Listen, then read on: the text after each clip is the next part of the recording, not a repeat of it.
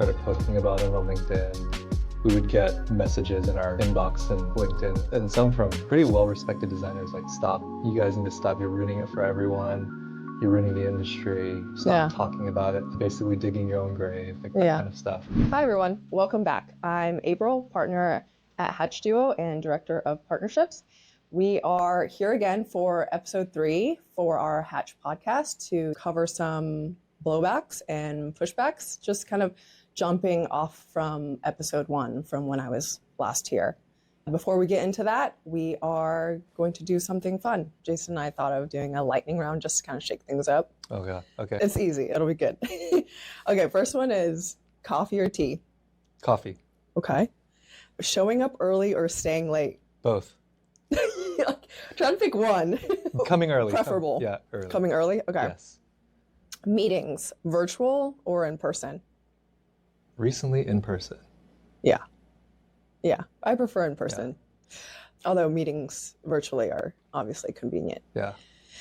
Design related question. Pen and paper or your tablet stylus pen? I'm a traditionalist. I like pen and paper. Do you prefer audiobooks / podcasts or more of like a visual video stimuli? I actually prefer audiobooks and listening to podcasts. For a best tool or skill set to build, what would you say that would be? Being able to visualize, drawing. Trend that you're tired of? 6'7". 6'7". Most overrated advice? It could be startup related or overrated. I would say advice. Do what you love, but it's mainly because you have to do what you love, but also be good at it. And then this is kind of work business related, but what's the one thing you would want our client or a partner to feel after working with us or in working with us? Just design euphoria, No, just like feeling like not only that we did a good job, but just that we're fulfilling their aspirations and, they're able to see a path ahead, light at the end of the tunnel, because hardware's hard. So the AI adoption, I know that we, Hatch Duo, at least we're one of the first to kind of call it. I know that when you guys had first brought us the proposal in terms of like officially building the tool and getting it completely integrated, but now, kind of like 2-3 years fast forward, we're seeing kind of a pivot and a shift within the industry, at least with our competitors and our kind of competitive landscape. So people are kind of like changing their tune with that. What would be curious to understand what other whispers maybe amongst your peers, colleagues, or other professionals, or even just like friends and family, like what did they initially think about us incorporating AI? Yeah, I think those close to us when we first decided to build Mood, the AI mood board, it's like 3 years ago, those folks were certainly excited. But I think like 3 years ago, that was like the cusp of when everyone was very afraid too. I think when we started posting about it on LinkedIn, we would get messages in our inbox and LinkedIn, and some from pretty well-respected designers like, oh, stop, you guys need to stop, you're ruining it for everyone, you're ruining the industry, like stop talking about it, basically digging your own grave, like that kind of stuff. And I think it comes from a fear of the unknown, as with all things. Because I think it's happened in the past where it's like you go from manual drafting on vellum paper to CAD, and then from CAD to keyshot rendering, to now where it's like you're thinking of AI as a tool, but it's actually not really just a tool per se. It's almost like a co-pilot. It learns and it can generate. And so I think because people don't know what the outcome's going to be, myself included, people are naturally afraid. But definitely it's hilarious. There's been a lot of pushback, and you and I we'll send articles to each other and to the rest of our colleagues of like, hey, look, now all of a sudden, first they were hating on AI, and now all of a sudden they're like, oh, we all use it too. So I think it's kind of funny. I know like on our website, we're AI enhanced, and I think that's really triggering to some of the more old school designers, like dare I say, like call them old school. But I think there's certainly a bigger shift towards it now, but I think there's still a lot of traditionalists that hold on to the old way of design as if it's like a religion, where I think it's kind of weird. It's like kind of contradicting, because designers themselves, we're creatives, we're always trying to push boundaries and push limits. But I think in the case of AI, there's this thing where it feels like it's encroaching on their identity too, because like when you're taking away things like not being able to sketch and render as well, then what am I, right? But you're still a designer. Yeah. At least for those that truly see design as what it is, which is using creativity to commercialize and problem solve. It's not really like drawing and painting per se. That's the fun part. But I think people's identities are so wrapped up in it. That's why they're hating on it so much. I think there's still a lot of like passive aggressive comments that happen on LinkedIn for sure. Or on social media saying, oh, like if you're an AI, designer, what are you really? But I think it's oversimplifying it. I wanted to bring up the AI just because I think it's most recently the biggest pushback that we've gotten. But in general, AI is just so ubiquitous. Like we're using AI for so many other different things now. I was listening to a podcast the other day, and I forget the actual startup or company, but they have AI agents owning businesses now. Heard of this one? Yeah, I saw that. Where it's like, it's not just doing admin operations. It's like fully owns, like, and then the guy was talking about how the infrastructure of getting paid and where the money goes and stuff. It still goes to him, but still the company entity is under the AI. I don't know if it's the same one, but I read an article where it's like in San Francisco, there was a shop that was set up by this AI agent. It was hiring employees and also monitoring them through the camera or something like that. It was like really crazy. Like we'll have to look it up later. Maybe Jason can look it up later. I have to get the name. But yeah, it was just interesting. I mean, I think obviously AI has its benefits, but I think talking to just like the masses, like it is a lot. Like it can be intimidating. So I don't know. What are you scared or excited for the future with all this AI being integrated in almost every aspect of our lives? Yeah, I'm mostly excited, right? I think for the most part, I'm always excited about new tools, new technology. That's just always been how I have been as a designer. There's some concerns of lowering the bar for mediocrity, right? So for instance, let's even step away from design. Everyone can use ChatGPT now, right? So if for the relatively average person using ChatGPT, you're going to get that kind of output as well, but it doesn't take much for them to seem intelligent. And I think because of that, the bar is set so much lower for average that I think you're going to just see a lot more people thinking that they're better than they actually are. And then now you take that to creativity and design, you're going to get a lot of mediocrity showing up as well, just because it's a little more accessible. But I think in that sense, that also raises the bar for actual premium work. It's true. That's always going to exist, right? There's always going to be a need for differentiating yourself and actually like doing good work that not everyone else can do. So if anything, it just raises the competition a little bit. Yeah. Okay. So it's like in parallel with everyone's actual intelligence and okay. But I think for everyone else, I think it's whether it's AI or the economy or whatever, I do think people just have a problem with change in general, right? Yeah. And we're entering a really revolutionized change of technology and where that could eventually take us.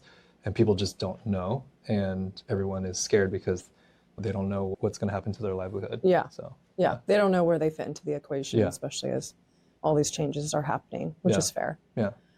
Oh, while you were talking about the intelligence, like, you're only as you can only be as good with GPT and AI, just depending on how you use it. That TikTok that I sent you about the sandwich, how he prompts the AI, he's like, cut my sandwich. It's he uses a knife and he keeps turning and he flips it around and he's like, no, not like that. Yeah.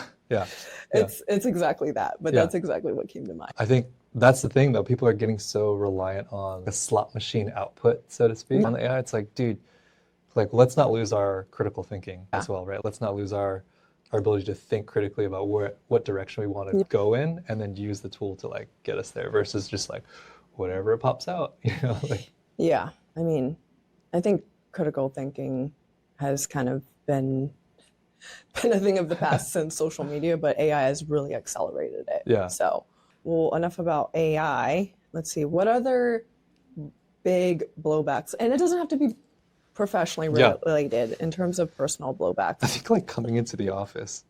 Yeah. I mean, that's always a good one. I think that also kind of relates back to the work-life balance that we kind of uncovered in episode 1.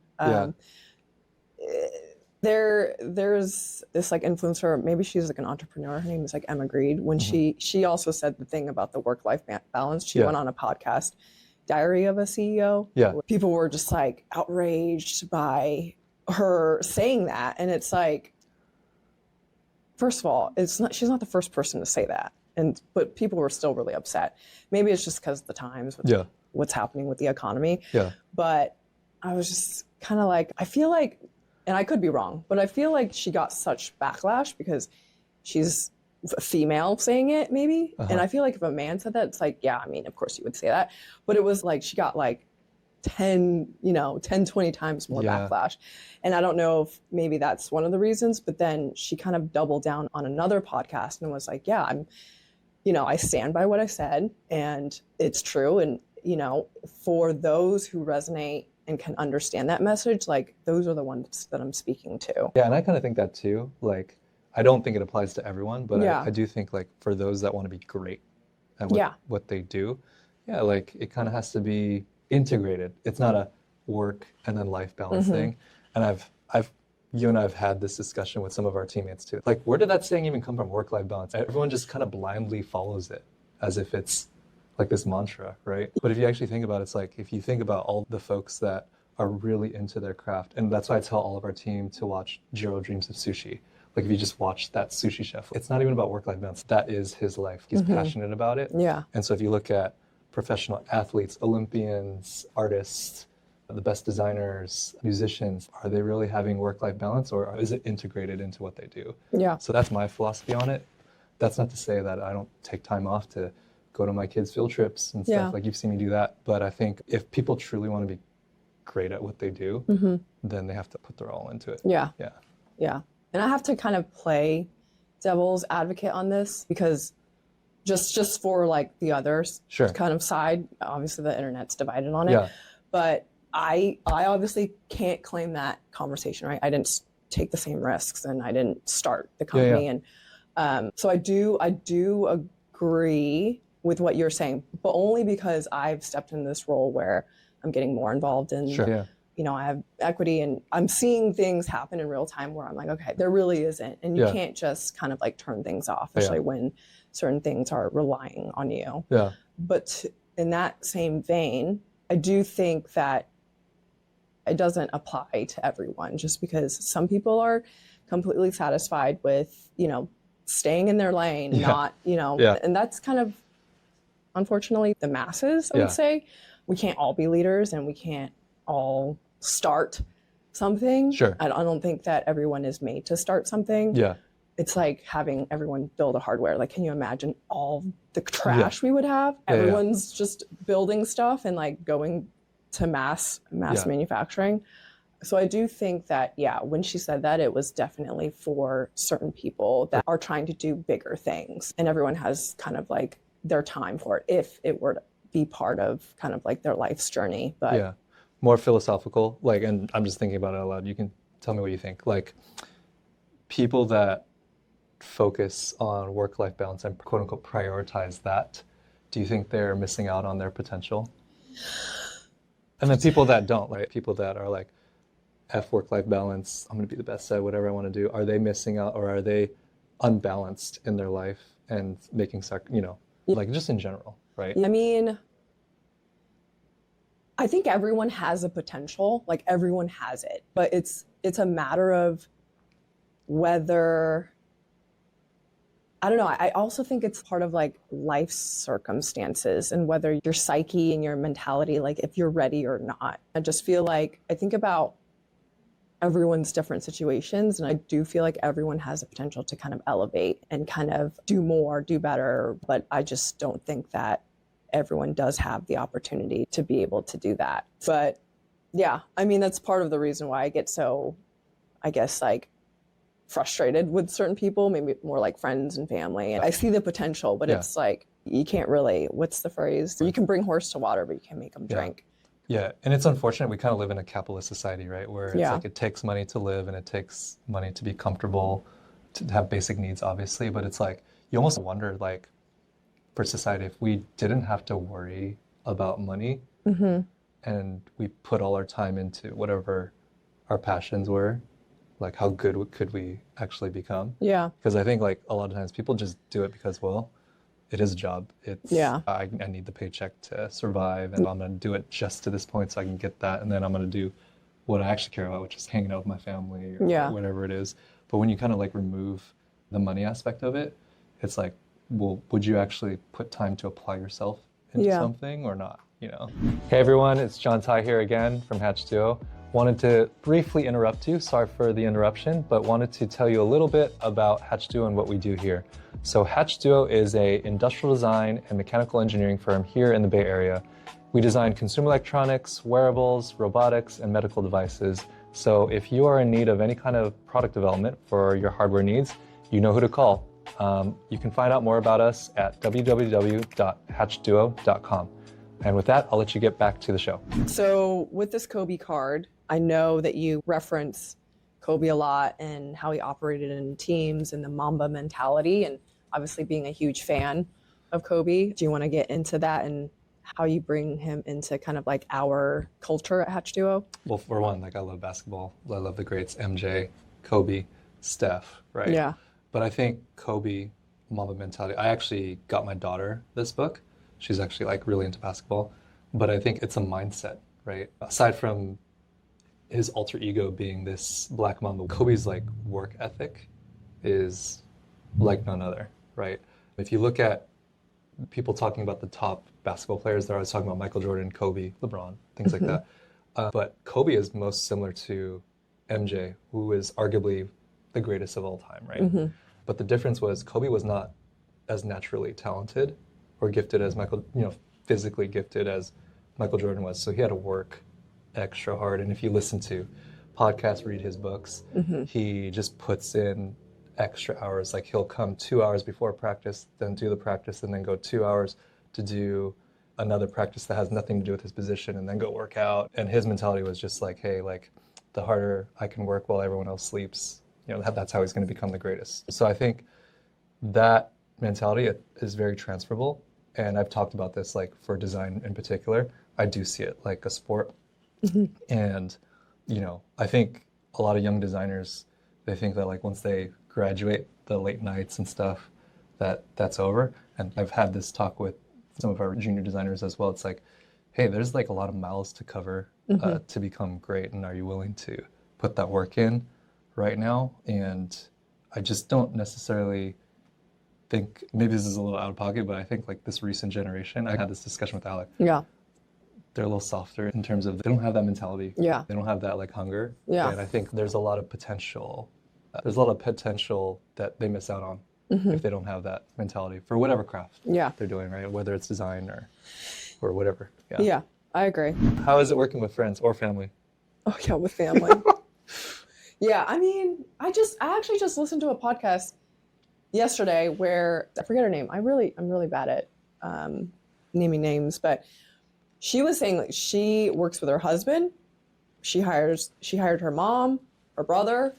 Like she is surrounded by her, obviously like her nuclear family. And so it works out for her and she loves it. And the guy that she was interviewing also said, I would never, like, I'm the opposite of like the person that tells you never to work with friends. That's all I work with. Like you have to be able to. So maybe we're just picking bad friends. But I think like working with friends, it's always exciting at first, right? It's like, oh, let's like work on something together. We make a little money now. Let's invest in something together. Full disclosure, like I have other companies aside from Hatch, and some of those I'm business partners with one of my closest college friends who was like a groomsman at my wedding. And we're still good friends today. Definitely there's certain points of the working relationship where there's like tension and things like that bring in complications to the friendship sometimes. So the ones that you are still friends with and are still somewhat have business relationships with, what's the difference between the one that didn't work out? Yeah. So the one that I'm in currently with now, where I'm like a partial co-founder kind of thing, it's working out because I think the work ethic is the same. And then I think the ones where, and this is not just like founding companies, this is just like if you're employing a family member or a friend or whatnot, I think like the expectations are different. And so when the expectations are different, then that's when it starts to strain the relationship because it's like, well, dude, because I know you on the personal side, I already know you're doing all this other stuff, but yet you're not fixing this work problem right now. So it's like, it's biased, right? Because technically, like in our profession, I don't know what Jason's doing. I don't know what you're doing on your personal time. You technically should know what I'm doing, right? It shouldn't matter, right? As long as we're delivering here. But when you have the friend with a family member, you kind of know that, well, like on the weekends, they play hockey or whatever. And then if there's something burning or a fire going on at work, but you still know they're playing hockey, then it starts to like, starts to mess with your perception of them too. And I think that's where it gets strained. But it works when the person, has the same, or you guys have the same level of work ethic and expectation. But also just like overall vision. And I think the podcast that I was telling you about with the founder saying he only works with friends. Yeah. He did emphasize that like they all had the shared goal of like, hey, we all have the same vision and mission. And so that really helps to bring yourselves up, but your teammates up and the people that are investing in this future state with you. And maybe that's why you guys just didn't share the same vision. For the ones that like where we didn't share the same vision, I think it makes sense why it doesn't work. But I also think like when you're building something and it's so close to you, at least before it scales, you only have so many few people you can trust too. I think that's a key thing too. It's like, well, like I don't want to just hire some stranger to, like, let's just say like, invest X amount of dollars into some venture, right? You don't want to just do it with a stranger. You want to do it with someone you trust. And I think that's where there's benefits to doing things with friends. And I think there's probably plenty of successful ventures where people were friends first, and then because of that trust, then they're able to do stuff together. So, yeah. Yeah. I think we just need to make better friends. I think more recently it's been good that we don't work with as many friends, I mean, ideally the goal would be to enjoy working together. Yeah, I think like throughout, let's just take Hatch Duo, for example. In all of Hatch Duo's history, there's definitely times I've hired plenty of friends. I've hired old classmates where it's worked out really well. I've hired old classmates where it has not worked out and it's ended badly as well. I've had old coworkers that actually most of those have worked out really well. We've had network colleagues come and work for us. So I think it's a mixed bag. I mean, what's that saying? Every functional team has dysfunction. Yeah, for sure. So every cohort is going to have its trade-offs. So with that, hope you guys all enjoyed that new kind of style of topics. I know it was a little bit of trying things, but if you want to see more of that, definitely let us know. But thanks for joining us. And make sure you guys subscribe, leave a comment on our YouTube channel. We also have a new channel up on Spotify as well if you prefer audio podcasts.